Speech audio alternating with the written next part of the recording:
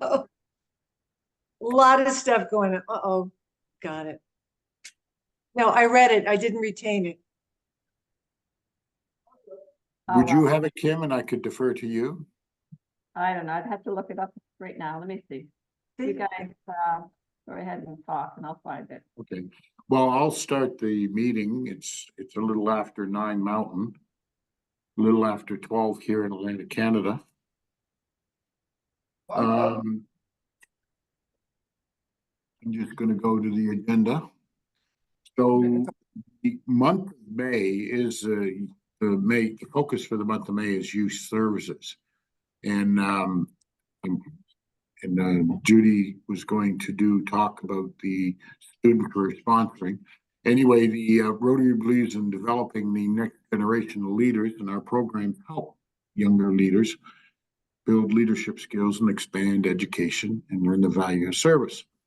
But also, we're at the end of May, and June is going to be my last month as president. And the month of June is the Rotary Fellowship Month, and I can't understand where the year went. It's gone. So, did you find it, Kim? I didn't get the note, so someone else has to pull it up. I just looked up Judy and I don't have any. Yeah, it was part of Tammy's newsletter at the bottom. Oh. Anyway, we know how to read. Yeah, okay, just go on and we'll do Patrick's talk. Okay. Anyway, on the agenda, just hold on a second. So Judy was going to talk about the students for sponsoring.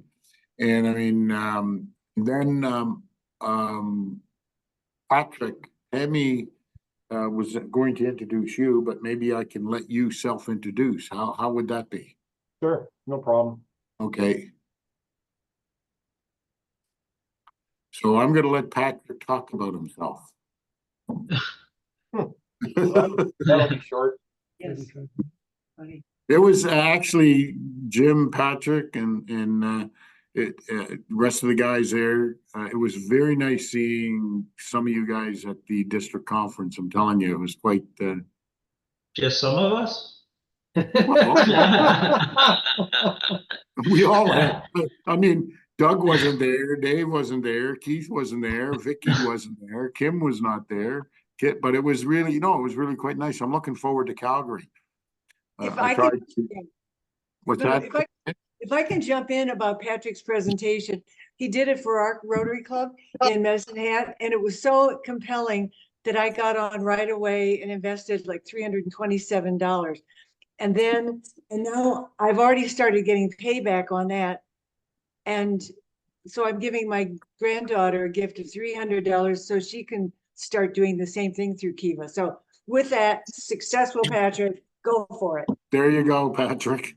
That's a very good introduction. Great intro. Yeah, it was an interesting group in Medicine Hat, and I hope the club actually follows up with it. I was international director for the Edmonton Strathcona Club 10 years ago, and looking for somewhere to place money, to be a little more active than the few projects we had on the go.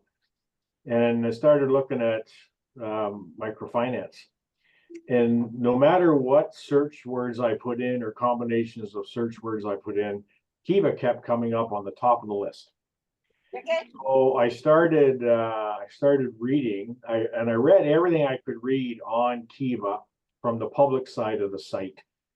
So I thought, well, the best thing to do now is actually register an account, which you can do. You don't have to put any money in it, but now it opens the door to read all of Kiva's documentation behind the scenes. And I swear I read every page of documentation on that site. If there was a link that went to another page, I followed the link and read that page. And by the time I was done, I was pretty enthused about the possibility that this had of putting money directly in the hands of people that need it, and putting money directly in the hands of people where maybe like you really have an interest in what they're doing. Excuse me. So the first loan I was to a gentleman in Georgia, so part of the old Soviet bloc. Had a propane delivery business, but his deliveries were limited by how much propane he could carry in the small truck he had. So the radius that he could service around the town where he lived was fairly limited. He wanted a bigger truck so he could go farther out, service more people. So I thought, well, this sounds like an interesting one. So I threw $100 at it. And I thought, I'm not saying anything to the club. I'm not introducing this to the club. I'm not saying a word, because if my $100 evaporates, the club will never know I was even looking at this. But sure enough, as Kit found out, a month later, there's money coming back from this payback from this person. And I let it go for another month. Next month, there's another payback. So I then took it to the Rotary Club.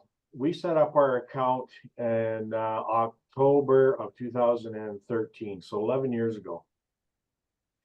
And we started lending. We wrote it into our bylaws that 5% of the international budget went towards Kiva every year, a maximum of 5%. So it was already allocated for. And from that point, we have built, the club has, we built a lending team. And then the whole purpose of a lending team is basically just people pulling in the same direction. There's a lot of loans on Kiva each year that don't get funded. And they don't get funded because they lose visibility and they fall through the cracks.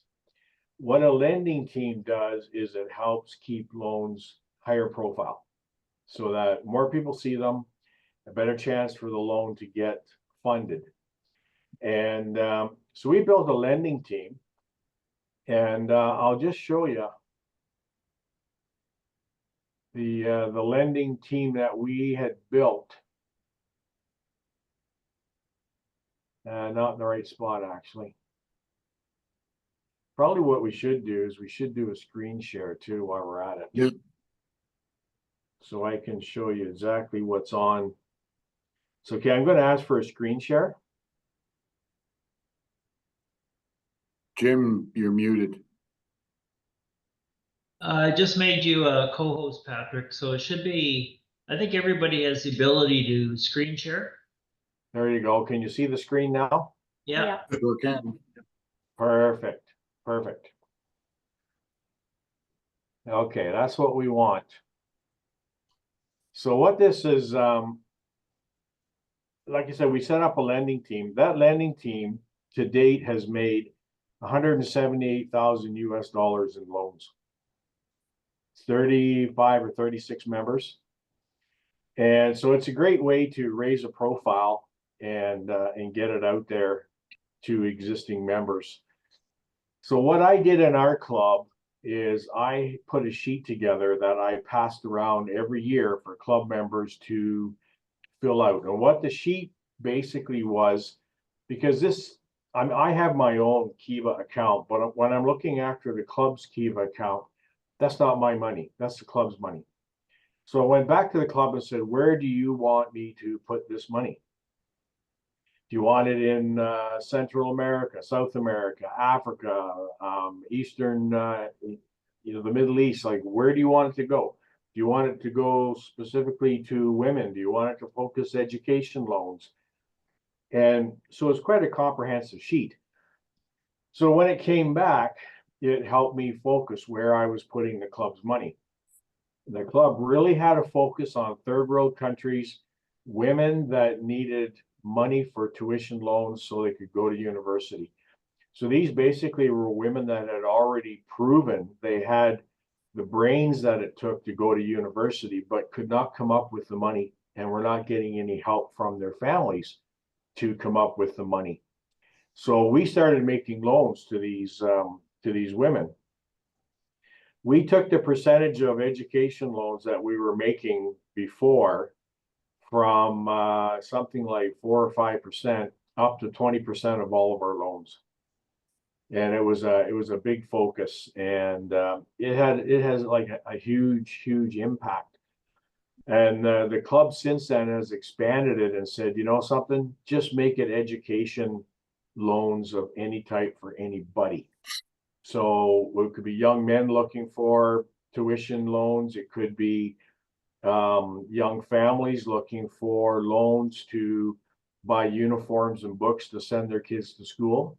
So we just went across the board and started doing it that way. And it's worked out really, really, really, really well for us. So if you can see here, I'm going to show you how the whole system works.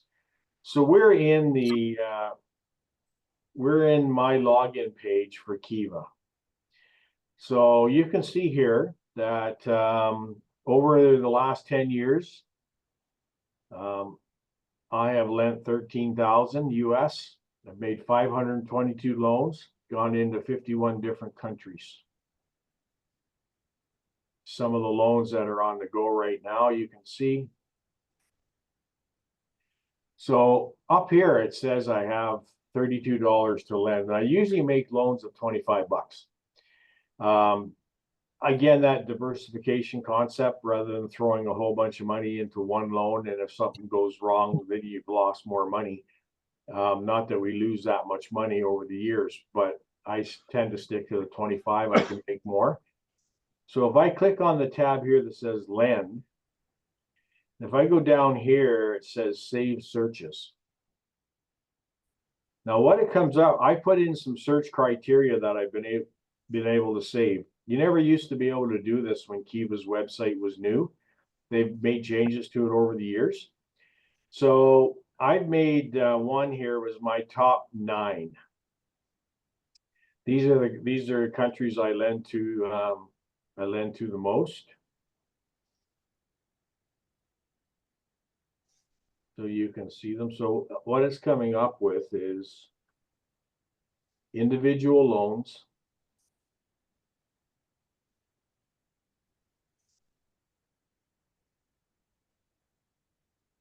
Some of these I've already lent to. Let's go through and find an interesting one.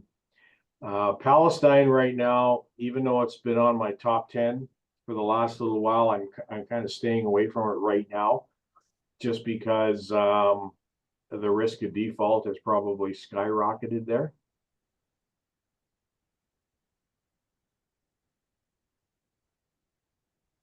Patrick, with the ones that are showing as, going towards it, do they actually they don't get the money until it's fully funded? Is that how it works? Yeah, yeah.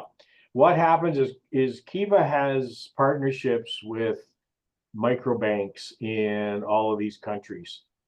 The main characteristic that most of these people have is that they can't get a bank account at a standard bank because they're not a big enough customer. So they don't have access to like lines of credit or any of the banking facilities that you and I take for granted. So it's a real struggle for them. A lot of these people they're all business people. A lot of them just want to take their business to the next level, and they can't do it. So I'll see this one here.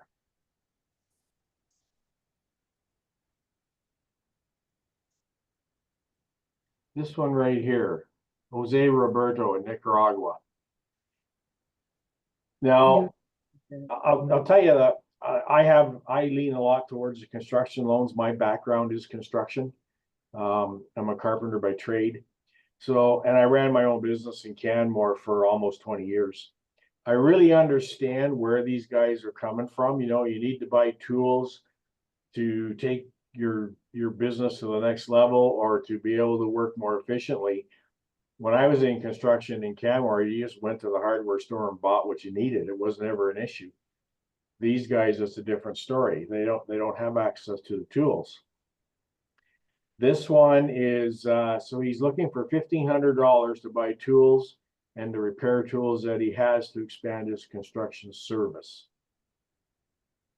If you want to read a little bit more about him, you can click on his name. And it'll open up.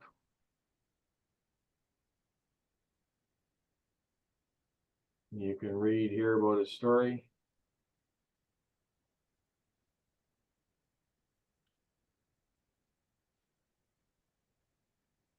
He wants to expand his construction services.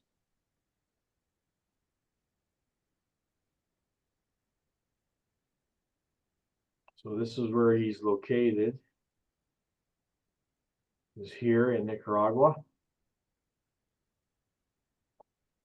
So if we're going to send him $25,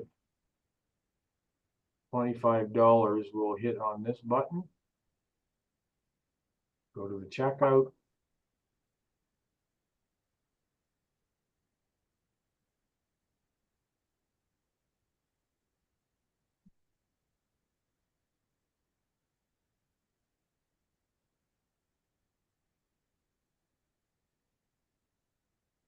Okay, so one loan of $25.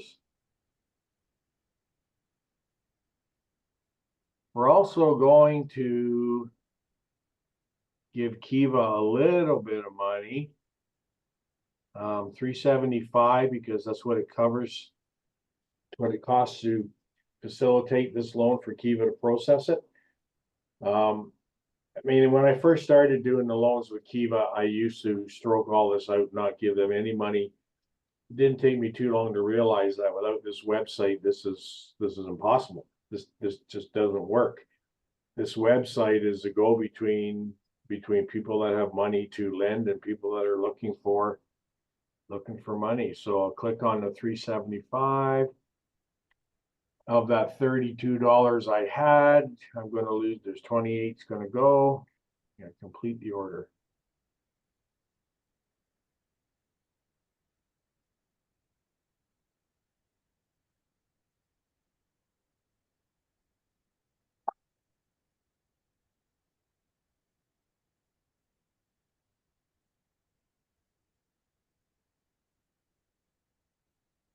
And he should show up on the top of the list. There he is right there. So it's as simple as that. We've made a commitment. The money will go to the microbank, and when the loan is funded, he'll get the money.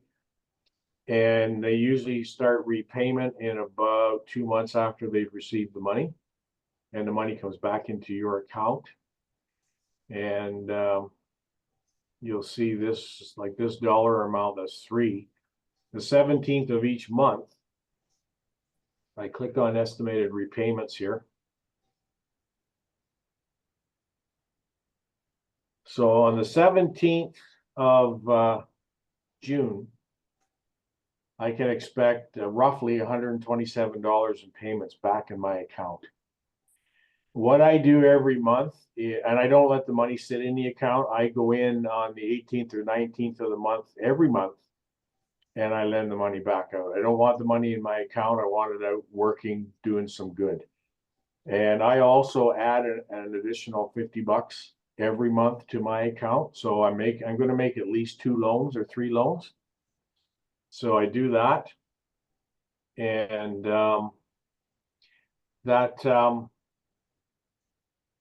that helps with I can't find my little screen on the bottom here.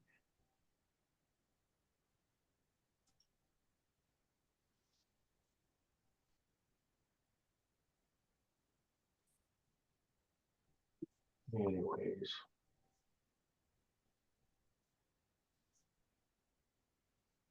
And another one I wanted to show you, but I can't get rid of our photographs across the bottom of the screen. Yeah, no, Zoom is a pain doing that. It's often hard to do that. So it's hiding my menu on the bottom. Got to be a way to move that. I think you There can we go. move it up to Yeah, we got rid of it. the top.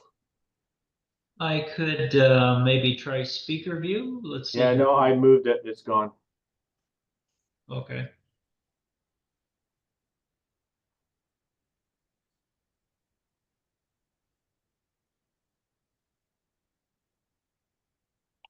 But I'll show you a chart that I put together here just to track stuff myself. This is the chart on the loans that I have put together.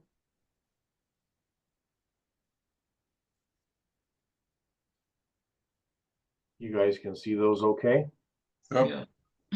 So this one here basically is just my Kiva loans. Okay, so showing 522 loans, but it's or sorry, 115. What's been repaid? The ones that ended in default is really the number. I'm really amazed when I look at some of these.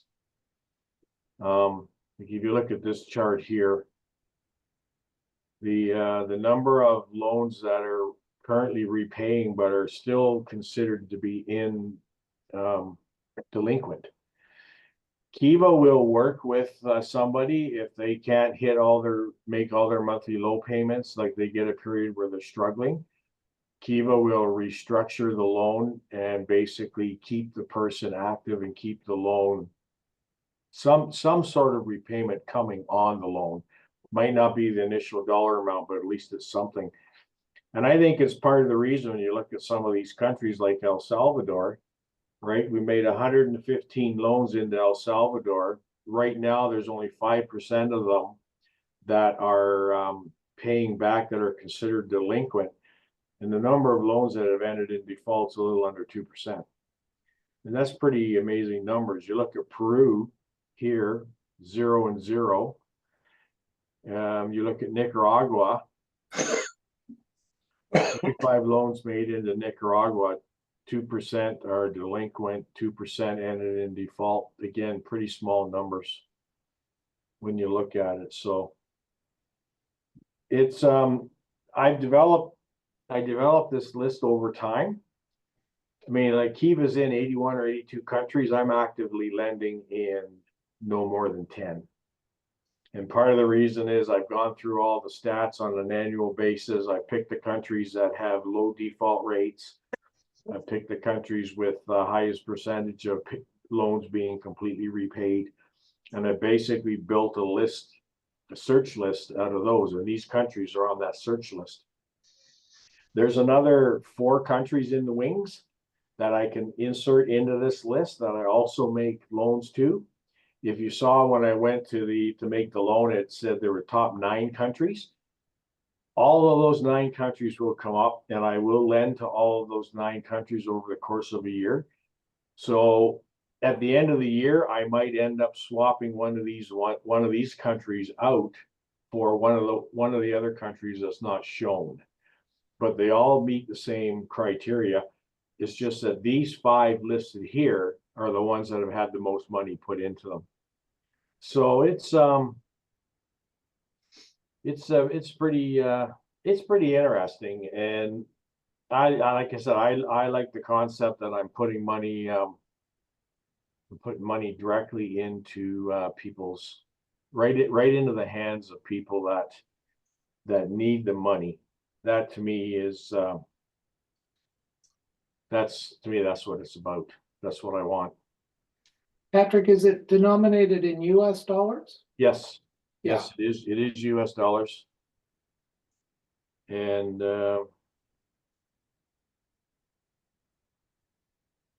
It was also interesting, a number of those had indications that some organization or donors were matching what people would put in as well, right? So yes, Kiva has sponsorships. Like Hewlett Packard is a major sponsor of Kiva.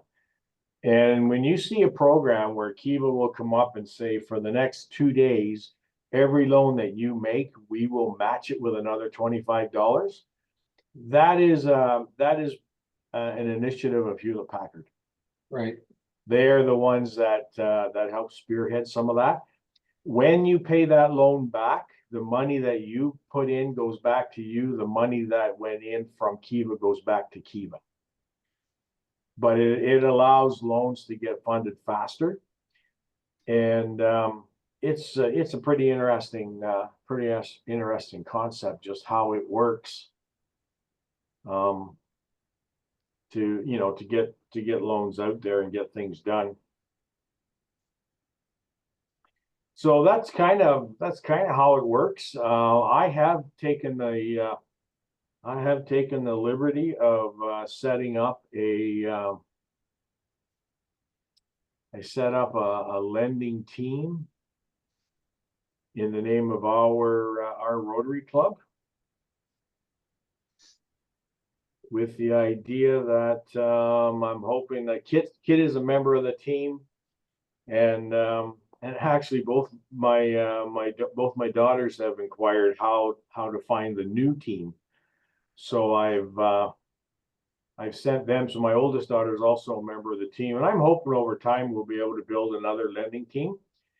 And remember, the concept with the lending team is when you make a loan, all it does is it highlights the loan. It doesn't show how much money that you put into the loan, doesn't show any particulars, but it highlights the loan to other people. So traditionally, when I go in once a month and I'm going to make some loans, the first place I go is to the lending team, because I want to see what other loans other members are making. I may find a loan there that I might look at and think, gee, that's a great one, and I'll add to that one at the same time. So that's the effect of the lending team, right? You've raised the profile of the loan. Other people have seen it. I saw it. I liked it, so I added to it. Everybody that does that helps push the loan to being funded faster. And that's the whole concept. What we want. We don't want loans falling through the cracks. What I found interesting, I did one where Capital One was doing a full match, and I got a special note from Capital One saying, thank you for supporting this young man. We've done loans with him before. He's very reliable. Keep an eye on him. And then one of the first payback, it's a perspective thing. I pop in $20 for a period of, I think this one was 13 or 16 months. And the first payment back was either 76 cents US or 69 cents US. That's the difference in the way money has value in those countries. And it made me look at how we blow that kind of money on a cup of coffee, for goodness sake. So no, it's great. That's when I decided to give my granddaughter money. So she's working 2 jobs. Now I want her to know what jobs are like in other countries and what she can do with a little, and the initial investment, and keep it going. And the interesting thing is in these foreign countries, I mean, these people don't have access to banking. So it's a real source of pride when you qualify for a loan through somebody like Kiva. It's a bigger source of pride when you pay it off.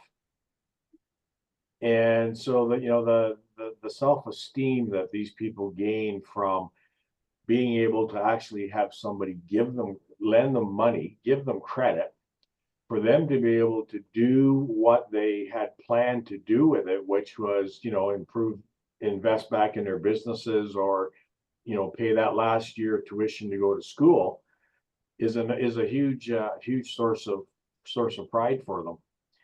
And I think that's part of the reason why the default, I think Kiva says that they have over 97% of all the money lent through Kiva is repaid. The default rate is very, very low. So that's, it's pretty impressive when you start looking through it. And you look at the numbers and what you can do. And like I said, you get the opportunity if there's an area that's close to your heart. For me, it's construction. And for my wife and my oldest daughter, it's education. They both have university degrees, both have been teachers. My wife's been a professor at the university. My youngest daughter, who's in business, is interesting. She follows the same process that I follow, and she looks at business loans to make. It's just interesting how the family's kind of split in half. We've got the business side of the family and the education side of the family. But everybody's making loans on their own. So my girls have been at it for probably 7 or 8 years each now. And So Patrick, yep. When you join, let's say I set up an account for myself in my name, and Kit, you could probably answer this So I set up, and then I want to focus in on, let's say, can I join Kit's team and your team? Yep, it's an open team. Anybody can join it. So it's, you have an individual, but you then join the team. Yeah, now, and you don't have to. I mean, you don't have to join the team. You can just be one person working away on your own every month, making a few loans. But some of these teams are really organized. Like Team Canada is a big team, and they've raised millions of dollars over the years, and they have active campaigns 2 or 3 times a year, where they'll send messages out to all their team members and actively tell them that, hey, you know, for this month we're focusing on these kinds of loans. Here's some that we found. If you find some, put them up on the list, and let's make a concentrated effort for this particular month to put money in this particular area. So some of the teams are pretty organized. I never did that with the Strathcona team. What I did is I promoted that team amongst Rotary. That team had 11 other Rotary clubs as members. We had 12 or 13 individual Rotarians as members, and then we had just some individuals. My wife, my daughters, some friends of theirs that they talked to, and that's what kind of built out the team was, you know, was people that were interested. But we always we didn't do any organized lending. We basically did it with the concept of, hey, I found a loan that I like, I lent some money to it, it's going to profile it on the lending team. Maybe if you'll have a look at it, maybe you'll say, hey, that's a great loan, I'm gonna add to that one too. That's all we did with it. So we weren't as organized as some of the bigger teams are. Okay. But like I said, it's surprising the number of loans that fall through the cracks on Kiva. And the only thing that we can figure out, they fall through the cracks because they don't get highlighted, they don't get picked up, they don't get noticed by anybody. And I mean, the loans are only on the board for a month. So if they're not funded in a month, they come off the board. Oh, okay. So if the loan's not completely funded in a month, it comes off the board, and they return your money to you. So you get to start over and go find another one and do it again. So I always thought it's easier to find. When I find one, the last thing I want is you to send me a note and say, hey, the loan didn't get funded, we gave you your money back. Because it's like, oh damn, now I got to go find somewhere else to put that money. So I'd rather have them all go through the first time through. But it's been awesome, and the number of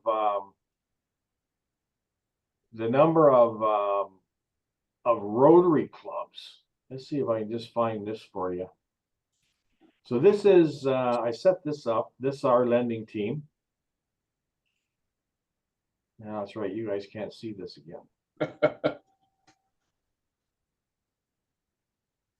Let me see if I can come back on the screen share. Well, while Patrick's doing that, the other cool thing is that Kiva will send a note to you and say, I know you're interested in this one. She's down to $10. Oh, It's fun. yeah, okay. I was going to ask whether they did that, because that would Yeah. make sense, right? If you're getting close, go back to the people who've already committed Yep, to yeah. finish it off. Yeah. I mean, Patrick, while you're working on that, you haven't given this presentation by any chance to the RECCO group, have you? The which group? The Young Professional Satellite Club. No, I haven't. Because I think they might find this extremely interesting as well. And they do a sort of thing every 2 weeks where they have speakers come. So we might want to link you up with them, because I think that Kit might nod yes or no, but I would have thought they'd find this exceptionally interesting. Yeah. When you look at I found it here now. When you look at the lending teams, Kiva actually has a section on the lending teams. Like, lending teams come in certain categories. Like our lending team is under the category of clubs, but you can see all these other ones, alumni groups, businesses, colleges, families. religious groups, schools, sports groups. I mean, there's all kinds of ways that you can be listed, but Rotary clubs tend to come under clubs. This is the amount funded in the last month through Rotary International. Okay, around the world, there's been $33,000 donated through the lending team, Rotary International. Kai Rotary, Rotary in Kiva, there's my old club, Grand River Rotary, Rotary Club of Maple Grove. When we first started, our club never showed up on this top 10 list of monthly lenders. And now it shows up probably 6 or 7 months out of a year. Now, did I see the Rotary Club there? No. Just scroll down a bit. Well, that's for new ones for the month. Oh, okay. So that's the new member count. We've picked up 3 members because we're a new club. But you can see Rotary International picked up 1 new member, Girl Scouts picked up 1. So Patrick, if I join, I could join under the Rotary I could join that Rotary Club Canada 1 group then. Yep, absolutely. It's an open team. You can set up your account and get all set up, and then you can click on Teams. And when you click on Teams, if you just start right in here, just start typing Rotary, and it'll start to shorten the list, and you get to Rotary, and by the time you put in E Club, it's probably found it for you. So Yeah, I when- assume, sorry, Oh, go ahead. go ahead. No, go ahead, Keith. No, I was just gonna say, I assume that somewhere along the line, Jim and Patrick will come back to the board and suggest we actually put some money in from the Rotary Club on this thing, right? I hope so. What we're doing in Medicine Hat, the proposal to the board is that we set aside, again, small amount, $300, but that the new members become their own small group and they do their investment, and through all their time in Rotary, they manage their $100 or $150. And then our committee, our international committee, does another small amount like that. So we have older veteran Rotarians doing some and kind of competing with the young ones to see where the interests lie. Yep. You know, to me, guys, I mean, we often struggle to find projects that we can put money into. To me, this is a no-brainer. I would have thought we should look at suggesting we put in $1,000 a year US from the club, and perhaps have a discussion on what kinds of loans we want to focus on. To me, I would say let's fund women and girls and things in terms of microfinancing and use that as a focus. And the other thing too, Keith, is if I set my own account and I join the Rotary Club Canada 1 team and I focus on what loans the E Club or team is doing. Yeah, you're multiplying the funds. Yeah, you're multiplying the funds. Yeah. Well, and that's something that we can do that could be a little bit more organized than what I did with the Strathcona Club, because it was a learning process. I would pass the sheet around again to get the club's input as to where, if the club sets up its own account, so you have to have a Rotary Club of E Canada 1 account, and we can set that up just the same as Edmonton Strathcona has their own account. Edmonton Strathcona also just happens to be the captain of their lending team. We already have the lending team set up. All we have to do is set up the club's account. Club can put money in that account. And before we did any lending, I would forward around the same sheet that I used at Strathcona to basically say, where do you want the money to go? What's the club's focus? There are a lot of projects that I look at, bigger dollar, and you can search projects by dollar amount. If you search some of the big dollar projects, boy, there's some of them that just scream Rotary. They're the kind of thing that I think Rotary clubs would be looking for. It'd be great to target. It's a wonderful program, and it's thank you for bringing it to us. Has there ever been any discussion about it being, taking away from funds that would be available to clubs and foundation for that matter? I mean, No. are people no? I think what a lot of the Rotary clubs that in the district that are members of the other team, I think what they do is they use it as the cleanup. So they've done their major projects for the year, maybe funded 2 or 3 major projects, might have $300, $400, $500 left in the international account. And this is a way that they use to get that last $300 or $400 out and working. And the thing is too, I guess, is it's totally sustainable. Right? True. Those funds aren't, Lost forever. yeah, like donated and gone and that's it. I keep coming back. This is something that keeps working year after year, or you can keep it going year after year, right? Yeah. Mhm. Yeah, and Kiva does all the vetting. So it's not as if we're searching and finding out. Kiva's already done that work. They have the connections, and it's impressive. I'm so glad you mentioned it, Patrick. Yeah, and again, going back to RECCO and the young professionals, while they're part of us, we don't tend to do much together. But if we can get them interested in this, they put in some money, and it's in, it's an account that we share with them. It seems to me that it cements that relationship as well. So it's an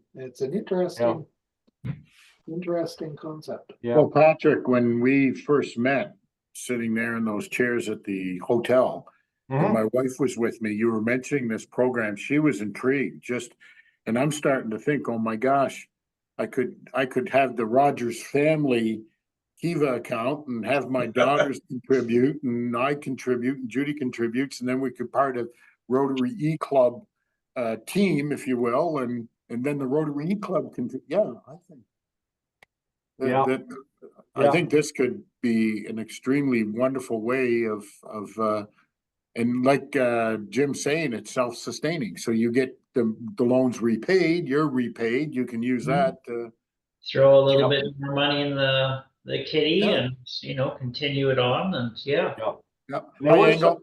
There were some countries in the past that we lent to. I mean, you get to learn the tricks when you've been using it for a while.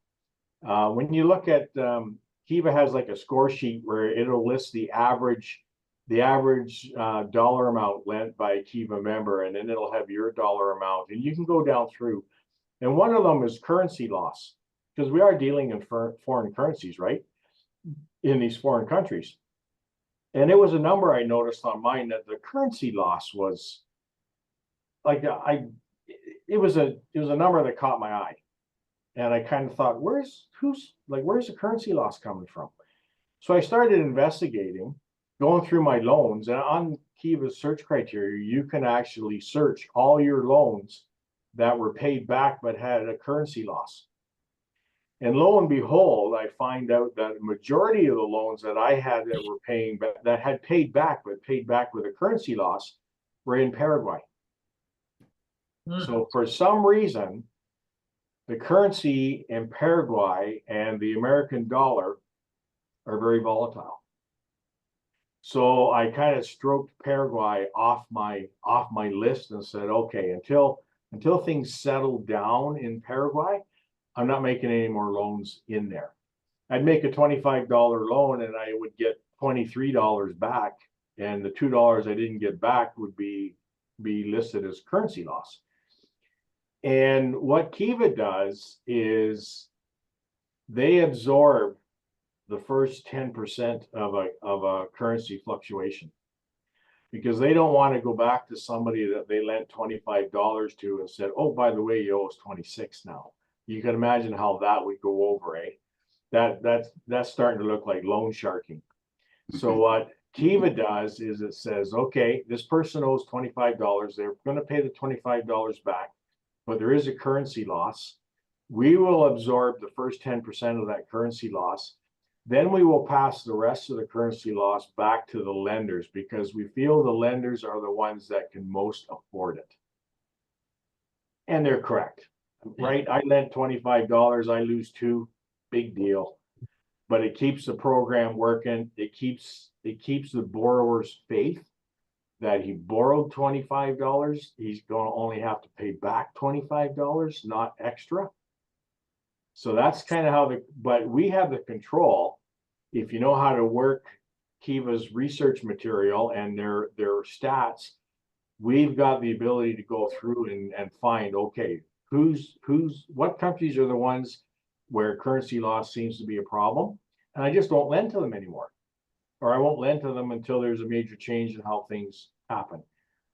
Paraguay, or if it's the other side of that, Patrick, is in some countries you might make a decision that you will bear those losses simply because it's a country that you want to support, right? I mean, you can look at it in different ways, but at least you're going in with an educated opinion, right? Rather than having a big surprise. Because for me, initially it was a surprise, but after I investigated and found out what was going on, and this was the club's account, so I thought, well, I could do this with my account, but I should probably be a little bit more discreet with the club's account. So I stopped making payments there. So instead of contributing to the 82 countries that Kiva invested in, we were contributing to 81. Still lots of countries and lots of people that can use your help. So Kiva is the one that set up these, like they have actual banks in these countries? No, they partner with microbanks, but Kiva has people on the ground that have been trained at their facility in San Francisco. So they have people on the ground that work in these banks and help vet the loans, vet the people and vet the loans. So the bank charges the interest rate. The bank collects the interest rate because they're doing the service. Kiva caps the amount of interest they're allowed to charge. So it can't be an exorbitant amount. It has to be a fairly like a realistic loan amount, interest amount that they're charging. They can't loan shark. There are banks that Kiva won't deal with because of that, because they will not follow Kiva's requirements. So they vet the loans, they vet the banks do the groundwork, the banks sign up the people, do the paperwork. The money, really what we're doing is we're providing the banks with their lending capital. And then they lend it out and collect it back, comes back, and Kiva keeps track of the whole thing through the website. Lucky Americans, they get to write it off. It's a tax deductible. It's a 401k in the US. My understanding is, though, that Kiva also now has charitable status, and I believe it's the Netherlands and Great Britain. I've sent them a couple of emails over the years and said, any progress moving us towards charitable status in Canada, and never got a reply. So I guess that means no. No, knowing the Canadian charitable application, I just can't conceive how they would put that together. But anyway, yeah, that's too bad. I mean, I just upped mine to $50 a month, so that's $600 a year. It's not a huge amount, but I'd still take a tax write-off on it. Yeah, no kidding. But yeah, if there's any questions, I mean, feel free to contact me individually if you've got some questions. I've helped a lot of the Rotary clubs in the district that I helped set up on the Strathcona lending team. I actually had meetings with them and walked them through the process and helped them get set up. So I'm more than happy to do that if somebody's wants me to go through it with them, or they have some extra questions. I'm available. Well, I think it sounds like a great idea to have a look at this more in depth and then bring it back, a proposal back to the board. Yep. So that's something that you and I can work on, Patrick. Yep, for sure. Or maybe I shouldn't be on it. I have a biased interest, so. No, no, no. No, absolutely not. You need to be here. So, you know, there's a Boy Scout adage, be wise in the use of your resources. Mm-hmm. Yeah, So Patrick is the resource. Yeah, yeah, absolutely. So I don't think there's any conflict of interest. I think one of the things that I found fascinating, because we had the food insufficiency focus before, where we were, getting food to food banks. So many, I did 17 loans with my 300 and whatever, $25. But I did food sufficiency. So women and men doing business with fish or rice or some grains. Amazing how far that goes. And that, as opposed to our giving $500 a month to a church pantry. Right. there's been some amazing ones. One of the ones that I did years ago, and it was a big dollar amount. It was for $300,000 or $400,000 US, and it was in Central Africa. And it was a gentleman that was setting up a grain co-op. And so what he was doing is he was paying a better price for grain than competitors were. So he was signing up the local farmers. He was part of the deal is they got education classes on agriculture. So with the goal of increasing their crop production by 10%. Just from learning some of the things they were doing that they shouldn't be doing. And he came back 2 years in a row, and this guy was absolutely amazing. So it was a win-win. I mean, it was a business for him, and it was growing, but he was also going back and sharing the money he was making back with the individual farmers and promoting agricultural classes for all the farmers to take to learn how to be better, more efficient farmers going down the road. I thought that was one of the ones that had Rotary stamped all over it to me. That would have been like a Rotary project. You see some like that every once in a while, and they're pretty interesting when you see them.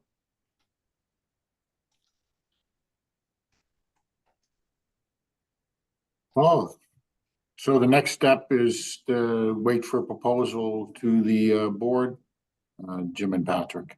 Yep. Yeah, good. But yeah, it sounds like everybody is interested in the concept. So yeah, we'll put together a proposal and bring it back to the next board meeting and go from there. Good. So I see we're nearing the end of our time. Do we have any other questions for Patrick? Or for the good of Rotary? No? Okay, well, we can end the meeting. And I want to thank you, Patrick, for putting on the presentation. And also I want to thank Kim for putting together this fellowship assembly. It's a lot of work. I know Yep. years ago I had done it. It is a lot of work. So thanks to Kim. And with that, I guess, folks, we're going to bid adieu. Yep, Okay. I'll get on the Right. road back to Yarmouth. All right. We'll drive Yeah. carefully. Will Jim, do. Jim, can I have you for 2 minutes when people leave? Sure. Yep. Thanks, Hey, everybody. I'm going to. Angle, goodbye, Angle. Au revoir. Au revoir.